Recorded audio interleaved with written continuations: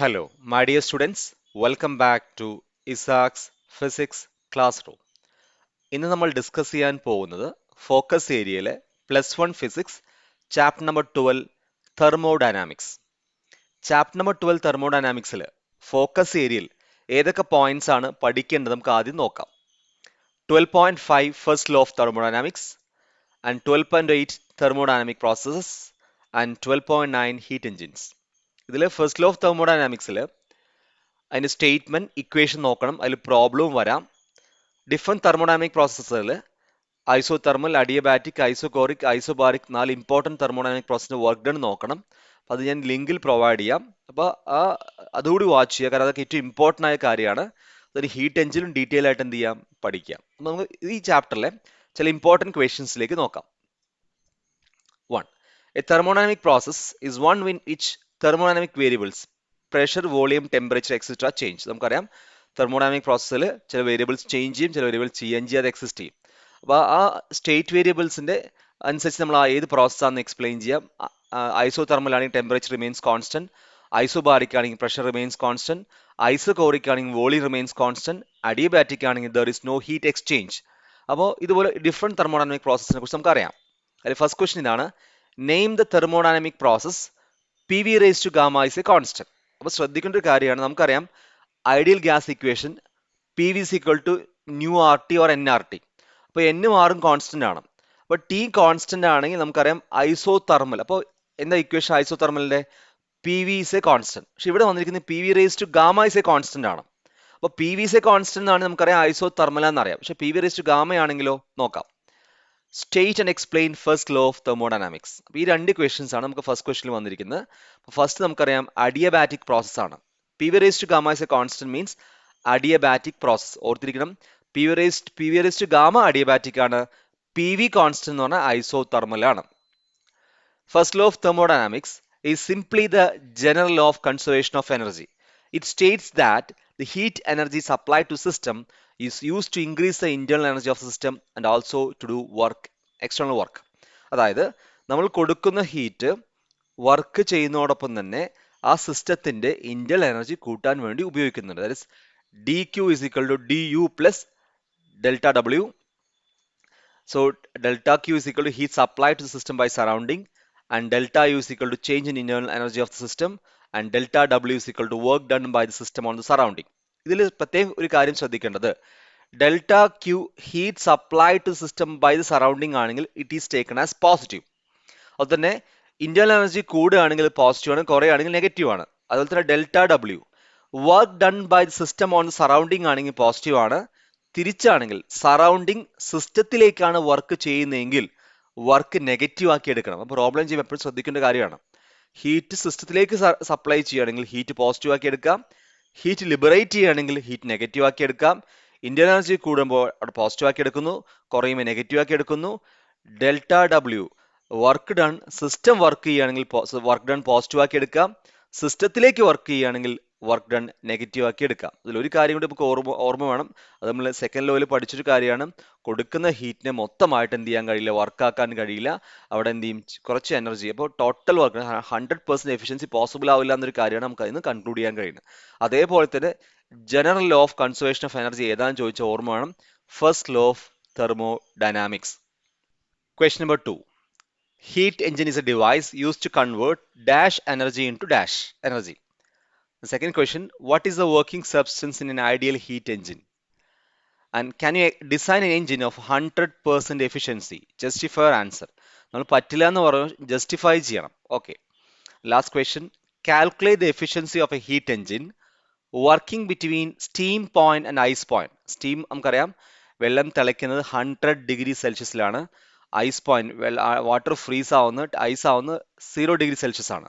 അപ്പോൾ 100 ഡിഗ്രി സെൽഷ്യസിലും 0 ഡിഗ്രി സെൽഷ്യസിലും ബിറ്റ്വീൻ വർക്ക് ചെയ്യുന്ന ഒരു എഞ്ചിന്റെ എഫിഷ്യൻസി എന്തായിരിക്കും? അപ്പോൾ നമുക്കറിയാം ഫസ്റ്റ് ഹീറ്റ് എഞ്ചിൻ എന്ന് പറയുന്നത് ഹീറ്റ് എനർജി ഇൻറ്റു മെക്കാനിക്കൽ എനർജിയാണ്. മെക്കാനിക്കൽ വർക്കിലേക്ക് മാറ്റുന്ന അല്ലെങ്കിൽ മെക്കാനിക്കൽ എനർജിയിലേക്ക് കൺവേർട്ട് ചെയ്യുന്ന ഡിവൈസ് ആണ് heat engine.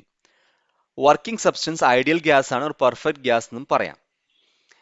Can you design? നമുക്കറിയാം നോ ആണ്. കാരണം ദ എഫിഷ്യൻസി ഓഫ് ഹീറ്റ് എഞ്ചിന്റെ ഇക്വേഷൻ നമുക്കറിയാം ഈറ്റ. എഫിഷ്യൻസി എന്ന് പറഞ്ഞാൽ 1 - T2/T1 ആണ്. അതിൽ ഓർക്കണം T2 എന്ന് പറഞ്ഞാൽ സിങ്കിന്റെ ടെമ്പറേച്ചർ ആണ് എപ്പോഴും കുറവായിരിക്കും. T1 എന്ന് പറയുന്നത് സോഴ്സിന്റെ ടെമ്പറേച്ചർ ആയിരിക്കും എപ്പോഴും കൂടുതലാണത്. കാരണം T2 മീൻസ് സിങ്ക് ആണ്, കോൾഡ് റിസർവോയർ ആണ്. T1 എന്ന് പറയുന്നത് സോഴ്സ് ആണ്, ഹോട്ട് റിസർവോയർ ആണ്. അപ്പൊ ഇതിൽ നമുക്കറിയാം ദ എഫിഷ്യൻസി വിൽ ബി 100% ആവണമെങ്കിൽ ഇഫ് T2 0 ആവുകയോ T1 ഇൻഫിനിറ്റി ആവുകയോ. പക്ഷെ both those condition cannot be attain practically. നമുക്കറിയാം ഒരിക്കലും സിങ്കിന്റെ ടെമ്പറേച്ചർ പൂജ്യമാക്കാനോ സോഴ്സിന്റെ ടെമ്പറേച്ചർ ഇൻഫിനിറ്റി ആക്കാനോ നമുക്ക് പ്രാക്ടിക്കലി പോസിബിൾ ആവില്ല. അപ്പൊ അതുകൊണ്ട് ഒരിക്കലും എന്താവില്ല, എഫിഷ്യൻസി ഓഫ് എ എഞ്ചിൻ അല്ലെങ്കിൽ ഹീറ്റ് എഞ്ചിൻ ഏത് എഞ്ചിൻ ആയിക്കോട്ടെ 100% എഫിഷ്യൻസി നമുക്ക് കൺസ്ട്രക്ട് ചെയ്യാൻ പ്രാക്ടിക്കലി ഇമ്പോസിബിൾ ആണ്. കാർനോട്ട് എഞ്ചിന്റെ എഫിഷ്യൻസി 100% ആണ്, പക്ഷെ അത് തിയറട്ടിക്കൽ എഞ്ചിൻ ആണ്, ഒരു എക്സ്പെരിമെന്റ് അല്ലെങ്കിൽ പ്രാക്ടിക്കൽ എഞ്ചിൻ അല്ല അത്. ദെൻ ഫോർത്ത് വൺ ചെയ്യുമ്പോൾ ശ്രദ്ധിക്കേണ്ടത്, കാരണം എഫിഷ്യൻസി 1 - T2/T1 ആണെങ്കിൽ തന്നെ T2 എന്ന് പറയുന്നത് temperature of a cold reservoir ആണ്. അതായത് ഐസ് പോയിന്റ് 0°C ആണ്. 0°C കെൽവിനിലേക്ക് മാറ്റിയിട്ടേ ചെയ്യാൻ പാടുള്ളൂ, കാരണം കെൽവിൻ ആണ് SI യൂണിറ്റ്.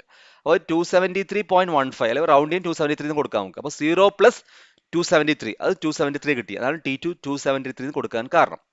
T1 എന്ന് പറയുന്നത് സ്റ്റീം പോയിന്റ് ടെമ്പറേച്ചർ ആണ്, 100°C ആണ്. കെൽവിനിലേക്ക് മാറ്റാൻ വേണ്ടി 100 + 273 ഇറ്റ് ബിക്കം 373. അങ്ങനെ T1 നമുക്ക് എന്ത് കിട്ടി? 373 കിട്ടി. ആക്ച്വലി അവിടെ 273.15 373.15 ചെയ്യണം, റൗണ്ട് ചെയ്ത് എഴുതിയെന്നുള്ളൂ. So answer become 26.81%. അപ്പോൾ ഇത് ശരിക്കും ബൈ ഹാർട്ട് ചെയ്യുക, കാരണം ഈ ക്വസ്റ്റ്യൻ വന്നു കഴിഞ്ഞാൽ steam point and ice point എന്ന് വന്നു കഴിഞ്ഞാൽ ഉറപ്പാണ് ഈ ഇക്വേഷൻ തന്നെയാണ്, അതുപോലെ തന്നെ ആ എഫിഷ്യൻസി തന്നെയായിരിക്കും. അപ്പോൾ 26.81% ആണ് ഒരു എഞ്ചിൻ സ്റ്റീം പോയിന്റേയും ഐസ് പോയിന്റിന്റെ ഇടയിൽ വർക്ക് ചെയ്യുന്നത്. അതായത് സ്റ്റീം എന്ന് പറഞ്ഞാൽ ബോയിലിംഗ് പോയിന്റ് ആണ് 100°C ആൻഡ് ഐസ് പോയിന്റ് എന്ന് പറയുന്നത് ഫ്രീസിംഗ് പോയിന്റ് ആണ്, അതായത് 0°C. Question number 3. The given figure is an indicator diagram of a gas which is subjected to two different thermodynamic processes. അപ്പോൾ ഇതാണ് ആ രണ്ട് ഇൻഡിക്കേറ്റർ ഡയഗ്രാമിൽ, PV ഡയഗ്രാമിൽ തന്നിരിക്കുന്ന AB രണ്ട് ഗ്രാഫാണ്. Name the two different process represented by A and B. ഇത് നമുക്ക് ഓൾറെഡി അറിയാം, ഐസോതെർമലും ഐസോബാറിക്കും നമ്മൾ പഠിച്ചാണ്. അഡിയബാറ്റിക്കും ഐസോതെർമലാണ് എയും ബിയും. അപ്പോൾ എ ഏതാണ് ബി ഏതാണെന്ന് കൃത്യമായിട്ട് അറിയണം. Find the slope of two processes from their equation and compare them. അത് കുറച്ച് ട്രിവിയൽ ആയ ക്വസ്റ്റൻ ആണ്, എന്തിനും നമുക്ക് ചെയ്യാം. 2 തവണ അത് ചോദിച്ചിട്ടുണ്ട്, അതുകൊണ്ടാണ് ഡിസ്കസ് ചെയ്യാൻ കാരണം. അപ്പോൾ അതിൽ ഓർക്കുക, എ എന്ന് പറയുന്ന ഐസോതെർമലാണ്, ബി അഡിയബാറ്റിക് ആണ്. എപ്പോഴും ഒരു കാര്യം ഓർത്തിരുന്നു, ഐസോതെർമലും ഐസോകോറിക്കും എപ്പോഴും മാറില്ല നമുക്ക്, കാരണം അത് എളുപ്പത്തിൽ ഫൈൻഡ് ഔട്ട് ചെയ്യാൻ പറ്റും. കാരണം എക്സ് ആക്സിന് പാരലൽ ആണെങ്കിൽ അത് ഐസോബാറിക് ആണ്, വൈ ആക്സിന് പാരലൽ ആണെങ്കിൽ അത് ഐസോകോറിക് ആണ് നമുക്കറിയാം. പക്ഷെ നേരെ മറിച്ച് എയും ബിയും ആകുമ്പോൾ തിരിയും എപ്പോഴും അങ്ങോട്ടും ഇങ്ങോട്ടും മാറിപ്പോ. എപ്പോഴും ഓർത്തിരിക്കുക, ഏറ്റവും അടിയതിൽ അഡിയബാറ്റിക്. അപ്പോൾ ഏതാണ് ഏറ്റവും അടിയതിൽ? ബി അല്ലേ? സോ ബി ആണ് അഡിയബാറ്റിക്, മുകളിൽ എന്താണ്? ഐസോതെർമൽ ആണ്. കാരണം അഡിയബാറ്റിക്കിന്റെ സ്ലോപ്പ് കുറെ സ്റ്റീപ്പർ ആണ്, കുറച്ച് ആ ചരിവ് കൂടുതലാണ് ഐസോതെർമലിനെക്കാളും. അതേപോലെ തന്നെ നമുക്കറിയാം വർക്ക് ഡൺ ശ്രദ്ധിക്കുക. അതിൽ നമുക്കറിയാം ഈ PV ഡയഗ്രാമിൽ ആ സ്ലോപ്പിന്റെ ആ ഗ്രാഫിന്റെ ഏരിയ അണ്ടർ എന്ന് പറയുന്നത് വർക്ക് ഡൺ ആണ്. അപ്പൊ നമുക്ക് ആ ഗ്രാഫ് നോക്കിയാൽ അറിയാം ഐസോതെർമലിലാണ് വർക്ക് ഡൺ കൂടുതൽ. അപ്പൊ ആ കാര്യമൊക്കെ ഓർത്തിരിക്കണം. അഡിയബാറ്റിക്കിൽ ഐസോതെർമലിനെക്കാളും വർക്ക് ഡൺ കുറവാണ്. And slope of to process, slope എടുക്കുന്നത് ശ്രദ്ധിക്കുക. രണ്ട് പ്രോസസ്സിന്റെ ഇക്വേഷൻ നമ്മൾ ഓൾറെഡി പറഞ്ഞാണ്. ഫോർ എൻ ഐസോതെർമൽ ചേഞ്ചിന്റെ ഇക്വേഷൻ നമുക്കറിയാം P is a constant. അപ്പോൾ നമുക്ക് ഇങ്ങനെ എഴുതാം, P is a constant നമ്മൾ ഡിഫറൻഷിയേറ്റ് ചെയ്യണം. ഡിഫറൻഷിയേറ്റ് ചെയ്യുമ്പോൾ രണ്ട് വേരിയബിൾസ് നമുക്ക് ഡിഫറൻഷിയേറ്റ് ചെയ്യുമ്പോൾ നമുക്കറിയാം first variable into differentiation of second variable plus second variable into differentiation of first variable. അപ്പോൾ P first variable, V delta V അതിനെ ഡിഫറൻഷിയേറ്റ് ചെയ്താൽ ഡെൽറ്റ V എന്ന് പറഞ്ഞാൽ DV പ്ലസ് ഇനി second variable into differentiation first variable delta P. ഇവിടെ 0 വരാൻ കാരണം ഒരു കോൺസ്റ്റന്റിനെ ഡിഫറൻഷിയേറ്റ് ചെയ്യുമ്പോൾ നമുക്ക് ആൻസർ എന്താ കിട്ടുക? 0 കിട്ടുക. അതുകൊണ്ട് ഇവിടെ 0 കിട്ടി. ഇനി നമുക്ക് എന്ത് ചെയ്യാം, ഇതിനെ ഈ ഇക്വേഷന് -VdP അങ്ങോട്ട് കൊണ്ടുപോകുമ്പോൾ -dVP, പിന്നെ delta P by delta V is equal to -P/V. അപ്പോൾ ഒരു സ്റ്റെപ്പ് ഇവിടെ സ്കിപ്പ് ചെയ്തിട്ടുണ്ട്. അപ്പോൾ വളരെ എളുപ്പമാണ്, അതുകൊണ്ട് എഴുതിയില്ലെന്ന് മാത്രമേ ഉള്ളൂ. കാരണം P delta V plus V delta P ആണ്. അപ്പോൾ ഇത് ഇക്വേഷൻ ഇപ്പുറത്ത് പോകുമ്പോൾ എന്താവും? മൈനസ് ആവും. പിന്നെ എന്ത് ചെയ്യുക, delta P by delta V കാണുമ്പോൾ it is equal to -P/V. അപ്പോൾ ഒരു കാര്യം നമുക്ക് മനസ്സിലായി. ഇപ്പോൾ ഈ ഗ്രാഫ് നോക്കി അറിയാം, ഇവിടെ പ്രഷറാണ്, ഇവിടെ വോളിയം ആണ്. സ്ലോപ്പ് എന്ന് പറഞ്ഞാൽ dy/dx ആണ്. അപ്പോൾ എന്താ dy എന്ന് പറഞ്ഞാൽ പ്രഷറാണ്, ഇവിടെ dx എന്ന് പറയുന്നത് വോളിയം ആണ്. അപ്പോൾ dP/dV എന്ന് പറയുന്നത് എന്താണ്? സ്ലോപ്പ് ആണെന്ന് മനസ്സിലായി. അപ്പോൾ ഐസോതെർമൽ സ്ലോപ്പ് എന്ന് പറയുന്നത് -P/V ആണ് കിട്ടി. അപ്പോൾ ഇനി ഇത് ഒരു സെപ്പറേറ്റഡ് ചോദിക്കണം, what is the slope of isothermal എന്ന് വെച്ചാൽ ഓർത്തിരിക്കുക, ഇറ്റ് ഇസ് -P/V. ഇനി നമ്മൾ അഡിയബാറ്റിക്കിനെ നോക്കാം. So for adiabatic process PV raised to gamma is a constant, already നമ്മൾ പറഞ്ഞതാണ്. അപ്പോൾ ഇവിടെ ഡിഫറൻഷിയേറ്റ് ചെയ്യുമ്പോൾ ശ്രദ്ധിക്കാം, ആദ്യം P എന്ന വേരിയബിൾ എഴുതി. എക്സ് റേസ് ടു എന്ന് പറഞ്ഞാൽ n into X raise to n-1 ആണ്, ആ ഫോമാണ്. അപ്പോൾ ഇവിടെ എന്നിന് പകരം ഗാമയാണ്. അപ്പോൾ gamma into V raise to gamma minus 1 അതങ്ങനെ വരാൻ കാരണം ഇൻറ്റു ഡെൽറ്റ വി. കാരണം ഡിഫറൻഷ്യൽ നമ്മൾ അവിടെ വി മാത്രമേ ഡെൽറ്റ വി വന്നു. പക്ഷെ വി റേസ് ടു ഗാമ ആകുമ്പോൾ വി റേസ് ടു ഗാമനെ ആദ്യം ചെയ്തു പിന്നെ ബി. അപ്പോൾ വി റേസ് ടു ഗാമന് ചെയ്യുമ്പോൾ gamma V raise to gamma raise to minus 1 ആണ് ഡെൽറ്റ വി പ്ലസ്. ഇനി രണ്ടാമത് ചെയ്യുമ്പോൾ second variable into differentiation first ആണ്. അപ്പോൾ second variable V raise to gamma into delta P equal to 0 വരാൻ കാരണം കോൺസ്റ്റന്റ് ഡിഫറൻഷ്യൽ നമുക്ക് എന്ത് ചെയ്യും 0 കിട്ടും.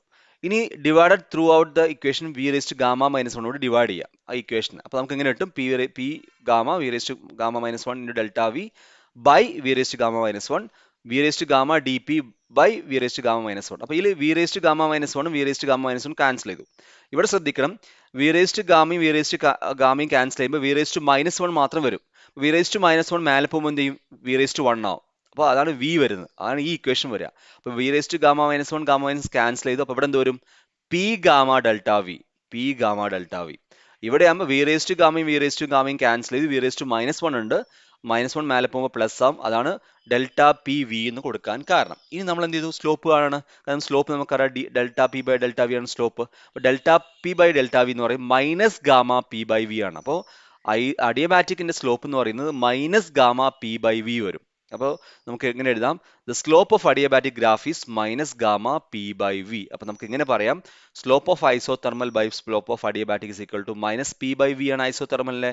അഡിയബാറ്റിന്റെ gamma times slope of isothermal ആണ്, so minus gamma P by V ആണ്. അപ്പോൾ 1 ബൈ ഗാമ. അപ്പോൾ നമുക്കൊരു കാര്യം ഇവിടെ മനസ്സിലാക്കുന്നുണ്ട്, അതായത് അഡിയബാറ്റിക്കിന്റെ സ്ലോപ്പ് ഐസോതെർമലിനെക്കാളും ഗാമ ടൈംസ് കൂടുതലാണ്. കണ്ടോ, ഈ സ്റ്റീപ്പർ ആണ് ഈ ഗ്രാഫ്.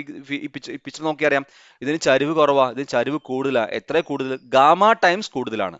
അതായത് ഐസോതെർമലിന്റെ സ്ലോപ്പിനെക്കാളും ഗാമ ടൈംസ് സ്ലോപ്പ് അഡിയബാറ്റിക്കിന് കൂടുതലാണ്. അപ്പോൾ ഈ രണ്ട് കാര്യങ്ങൾ എന്ത് ചെയ്യുക, സ്ലോപ്പുകൾ ഓർത്തിരിക്കുക. അഡിയബാറ്റിക്കിന് പിന്നെ സ്ലോപ്പ് കൂടുതലാണെന്ന കാര്യം മനസ്സിലാക്കി വെക്കുക. അതുപോലെ തന്നെ വർക്ക് ഡൺ നോക്കുകയാണെങ്കിൽ ഐസോതെർമലിലാണ് വർക്ക് ഡൺ കൂടുതൽ. കാരണം ഏരിയ അണ്ടർ ദ ഗ്രാഫ് ആണ് വർക്ക് ഡൺ എന്ന് പറയുന്നത്.